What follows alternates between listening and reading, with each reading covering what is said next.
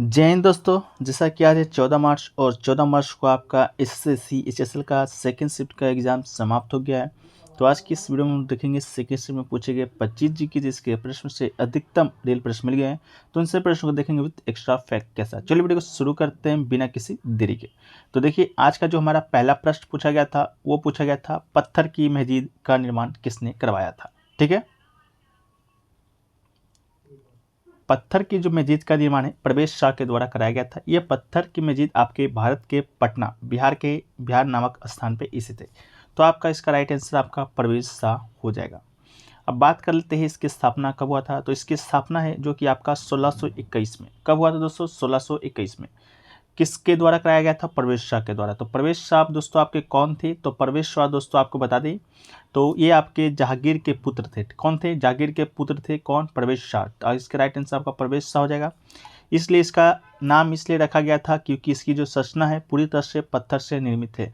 जो लोग पटना से होंगे और भली भांति पत्थर की मस्जिद को जानते होंगे, पत्थर की मस्जिद गए होंगे। ठीक है, तो आपका राइट आंसर प्रवेश शाह हो जाएगा। ठीक है, एक क्वेश्चन देखिए पूछा गया था आपका सुरेश एन पटेल। ठीक है, सुरेश एन पटेल है जो कि किसके अध्यक्ष है। तो दोस्तों सुरेश एन पटेल की बात करेंगे तो ये अभी केंद्रीय सतर्कता आयुक्त। ठीक है, तो केंद्रीय सतर्कता आयुक्त राइट आंसर हो जाएगा। पटेल को 3 अगस्त 2022 को राष्ट्रपति द्रौपदी मुर्मू के द्वारा सीवीसी के रूप में शपथ दिलाया गया था। श्री पटेल ने आदि सूचना ब्यूरो आईबी के प्रमुख अरविंद कुमार और पूर्व आईएएस अधिकारी प्रवीण कुमार श्रीवास्तव को सतर्कता आयुक्त के पद की शपथ भी दिलाया था। ठीक है, तो आपका इसका राइट आंसर सीबीसी हो जाएगा जिसका फुल फॉर्म होता है केंद्रीय सतर्कता आयुक्त। अगला क्वेश्चन पूछा गया था कि गोदावरी की सहायक नदी कौन सी है।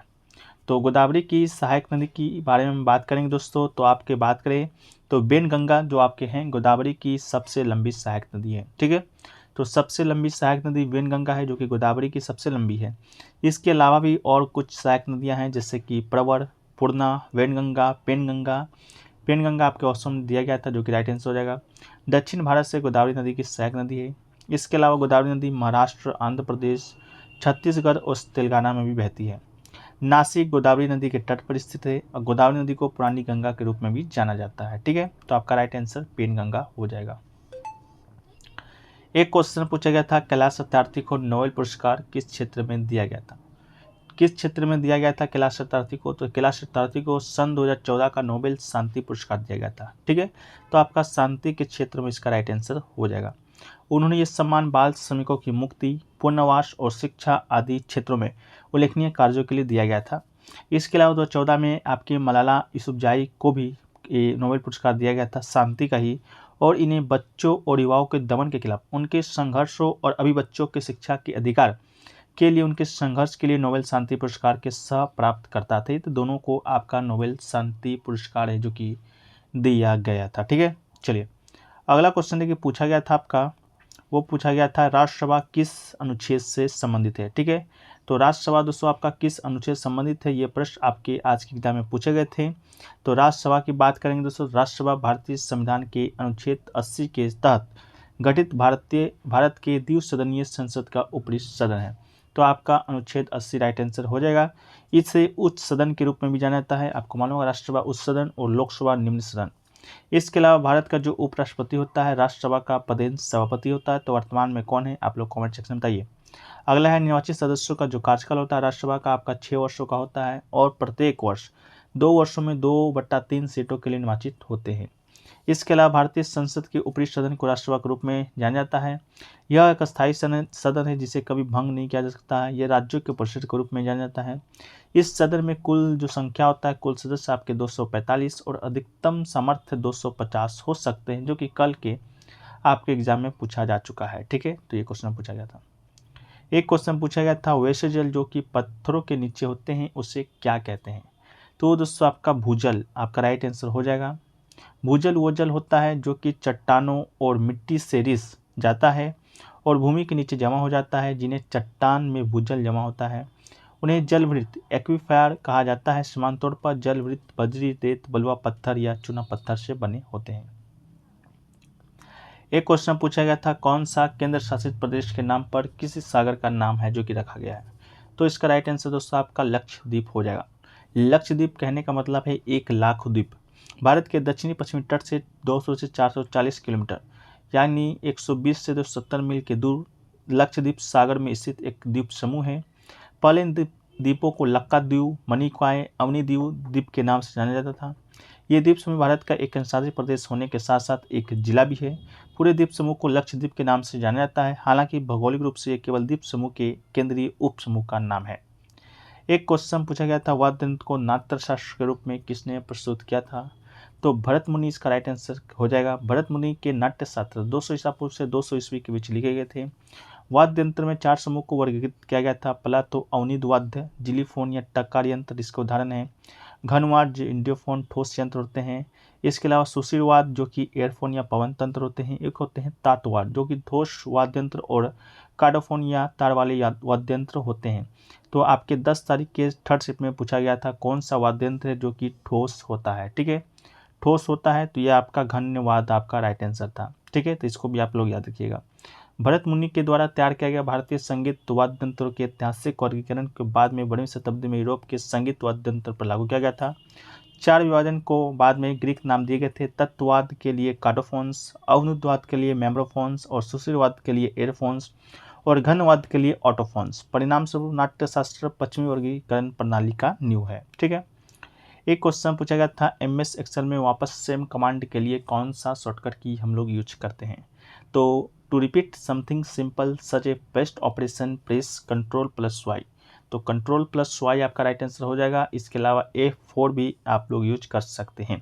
If F4 does not seem to work you may need to press the F-lock key and Fn key then F4। If you prefer to use the mouse click repeat on the quick access tool bar, notes by default repeat command. ठीक है, इसके अलावा दोस्तों बहुत सारे जो question हैं आपके रिपीट हो रहे हैं, आप लोग देख रहे होंगे। तो इसके लिए अभी तक की 12 शिफ्ट में पूछे गए प्रश्न लगभग 280 प्रश्नों का उत्तर विद एक्स्ट्रा फैक्ट के साथ एक PDF को तैयार किया गया है जिसका जो शुल्क है मात्र 20 रुपये रखा गया है। इसे आप प्राप्त करना चाहते हैं तो व्हाट्सएप नंबर पर संपर्क कीजिएगा। व्हाट्सएप नंबर आपको सामने दिख रहा होगा। आपको याद रहे कि PDF आपको 22 मार्च तक मिलेगा। एक टेलीग्राम का लिंक प्रोवाइड कराया जाएगा, उसी में दोस्तों सब PDF है जो कि आपको डे बाई डे आपको मिलता रहेगा। ठीक है, तो जो लोग भी इच्छुक हैं आप लोग ले सकते हैं। एग्जाम में बहुत ही महत्वपूर्ण आपका ये PDF साबित हो रहा है, ऐसा स्टूडेंटों का रिव्यू है। ठीक है, शुल्क 20 रुपये है। आप लोग जाके व्हाट्सएप नंबर पर संपर्क कर सकते हैं। एक क्वेश्चन देखिए पूछा गया था आपके 7वीं अनुसूची। 7वीं अनुसूची से संबंधित कोई प्रश्न पूछा गया था आपका कि 7वीं अनुसूची से क्या संबंधित है? तो भारतीय संविधान का 7वीं अनुसूची के बारे में बताएं तो ये 3 सूचियां जैसे कि संघ सूची, राज्य सूची और सम्मति सूची दिया गया है, जिनमें केंद्र राज्य के मध्य विषयों का विभाजन किया गया है। संघ सूची तीनों सूची में सबसे बड़ी होती है और इस सूची में शामिल विषयों पर कानून बनाने का अधिकार केंद्र के पास होता है।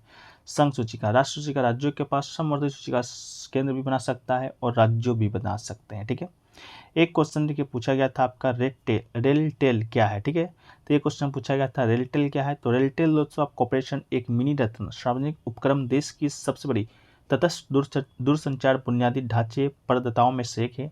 रेल टेल के पास रेलवे ट्रैक के विशेष अधिकार के साथ Akhil Bharatiya optic fibre network है। OFC नेटवर्क के सभी महत्वपूर्ण शहरों और देश के शहरों और भारत की आबादी का 70% को कवर करने के लिए ग्रामीण क्षेत्र को शामिल किया गया है। मजबूत राष्ट्रव्यापी उपस्थिति के साथ रेलटेल अत्याधुनिक तकनीक लाने और भारतीय दूरसंचार बाजार के लिए नवीन सेवाओं की पेशकश के लिए प्रतिबद्ध है। ठीक है, तो ये आपका राइट आंसर हो जाएगा। इसके अलावा एक क्वेश्चन आपका UNWGIC से भी पूछा गया था। क्या पूछा गया था क्वेश्चन स्टूडेंट कंफर्म नहीं बता पाए हैं, लेकिन UNGC का जो फुल फॉर्म देखिए हम यहाँ पर कुछ डिस्कस कर देते हैं। Second United Nation World Geospatial Information Congress inaugurated in Hyderabad today. The second United National World Geospatial Information Congress begin in Hyderabad today. ठीक है, तो इससे कोई संबंधित प्रश्न आपसे पूछा गया था, कहाँ पर हुआ है ये आपका ये second United Nation World Geospatial Information, तो आपका हैदराबाद राइट आंसर हो जाएगा। ठीक है, तो ये क्वेश्चन आपसे पूछा गया था। एक क्वेश्चन आपका प्रोकैरियोटिक सेल से भी देखने को मिला था कि प्रोकैरियोटिक सेल से क्या होता है। ऑप्शन तो बहुत लंबा लंबा दिया गया था, लेकिन इस प्रकार की जो कोशिका होती है केंद्रक कला में नहीं होता है। इस प्रकार केंद्रीय पदार्थ कोशिका द्रव्य में बिखरा होता है। इसके अलावा गुणसूत्र के साथ हिस्टोन प्रोटीन रहित DNA के धागे होते हैं। ऐसी कोशिकाएं में पूर्ण रूप से विकसित कोशिकाओं का अभाव होता है। ये कोशिकाएं अर्थात वास्तविक केंद्रक रहित प्रोकैरियोटिक कोशिकाएं नीले हरे शैवाल माइक्रोप्लाज्मा और जीवाणु में पाया जाता है। तो ये आपका कुछ क्वेश्चन पूछा गया था। इसके अलावा भी कुछ क्वेश्चन मिलेंगे तो उसको हम पीडीएफ में शामिल कर देंगे। पीडीएफ आपको कहाँ मिलेगा? तो वो टेलीग्राम पे मिलेगा इस वीडियो का। लेकिन ऑल शिफ्ट का पीडीएफ चाहते हैं तो आप लोग व्हाट्सएप पे संपर्क कीजिएगा। व्हाट्सएप नंबर आपको सामने दिख रहा होगा। वहाँ पर 12 शिफ्टों का पीडीएफ एक साथ 280 प्रश्नों का उत्तर विद एक्स्ट्रा फैक्ट के साथ। एक्स्ट्रा फैक्ट इतना सफिशिएंट शामिल कर दिया गया है कि आपके जो प्रश्न रिपीट होंगे उसी के इर्द गिर्द होंगे। ठीक है, तो जो लोग भी लेना चाहते हैं व्हाट्सएप नंबर पर संपर्क कर लीजिएगा। शुल्क मात्र 20 रुपये है, ज़्यादा कोई शुल्क नहीं है। आपको पूरे एसएससी सीएचएसएल का एग्जाम का पीडीएफ मिलेगा जो कि आने वाले एमटीएस एग्जाम के लिए भी इंपॉर्टेंट है। ठीक है, तो चलिए मिलते हैं नेक्स्ट वीडियो में। जब तक के लिए जय हिंद, जय भारत। वीडियो को लाइक कर दीजिएगा, चैनल पर नए हो चैनल को सब्सक्राइब कर दीजिएगा। जय हिंद।